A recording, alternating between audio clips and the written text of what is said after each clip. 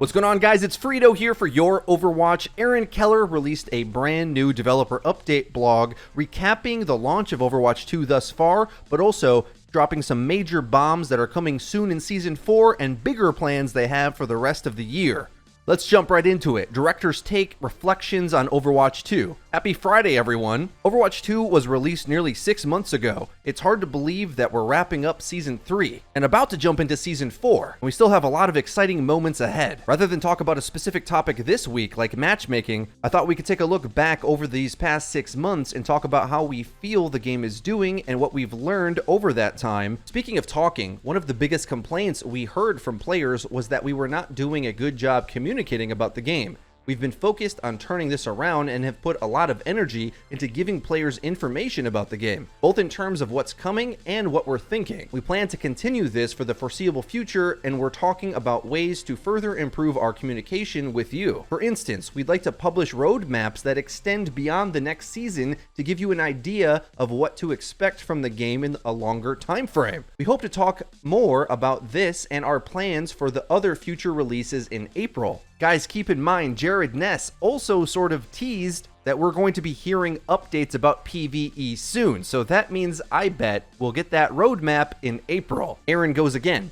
Another common topic has been the state of support heroes. A common and accurate complaint was support heroes felt constantly picked on. This feedback is something the team has been working on addressing since before launch. To do so, we tackled the problem from a few different angles. Reduce the ability for damage heroes to disrupt the enemy backline and target supports, give supports additional tools to deal with the threats, and exercise some restraint, he puts in italics. Many players were getting accustomed to the switch to 5v5. To start, DPS heroes lost their speed passive, and a number of flanking heroes got nerfed. We also added survivability to support heroes, buffing their role passive, as well as making changes to specific heroes to increase their durability. Changes like Zenyatta's kick and Brigida's shield buff are examples of this working well, while some, like Mercy's Guardian Angel changes, we believe we overcorrected, something you'll see addressed in Season 4. The way we went about these changes was to preserve the playstyle of support while still addressing the core issues. With what we've learned since launch, we feel like the support role is in a much better place now, and we will continue to improve as we add 2 new heroes to their ranks in Season 4 and 6.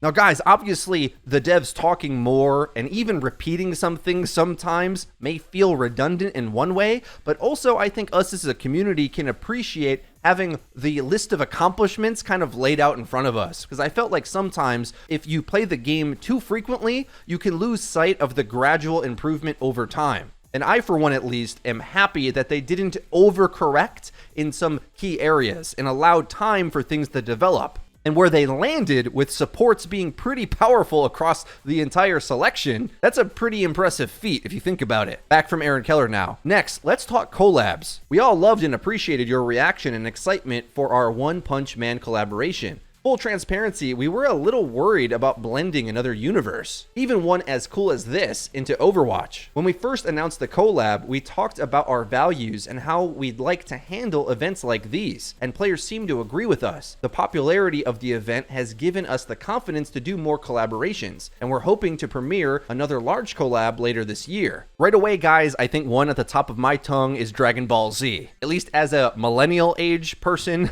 that's the one I'd be excited to see. The next subject, he says, let's talk about the competitive system. Players have provided a lot of feedback on the reworked system that launched with Overwatch 2. One of the biggest issues that players bring up is how their experience has been affected by a partial rating reset at the beginning of each competitive season. This, along with some matchmaking issues, has caused a lot of confusion in matches.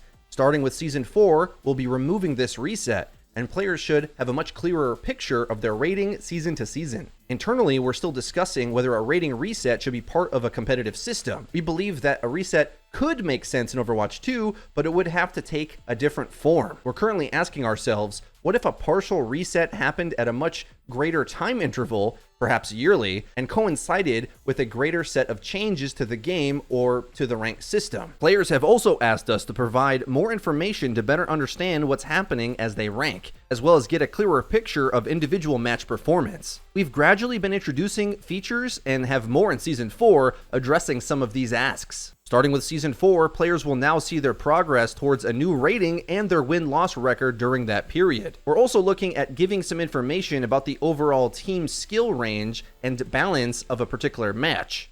At this point, we've decided to not display ratings for individual players by default. Seems like an overly specific word. Maybe there'll be a chance for you to display your rank if you want to later down the line. He's kind of leaving the door open for that. Aaron goes on. Last topic, and we feel this is the most important one. We're highly focused on feedback from players who say the game feels unrewarding and doesn't do a good job of recognizing their investment. Addressing this feedback touches almost every aspect of the game. We think that there are a few broad areas that these conversations cover. Players want to feel rewarded for their time playing the game. They like to earn items that they want without an unreasonable grind to get them. Players want the game to recognize their time and skill investment, as well as give them a way to show this to others. Players want their performance to be celebrated while they are playing in a match. And at further length, Jared Ness spoke about this in recent interviews that we covered on the channel, but now Aaron gives his take on these subjects. He goes on to say, "We've made changes to the game addressing some of these issues. Events now typically have skins that can be earned, and we've added credits to the Battle Pass that allow players to purchase nearly all original Overwatch event skins. On top of that, we've substantially increased the amount of XP earned from each match. We're working on rebuilding the On Fire system in the new engine, as well as making changes to play of the game to show a greater variety of game-making plays. We're also working on a much larger hero and player progression system that we're hoping will launch later this year. This new system replaces the old player level system,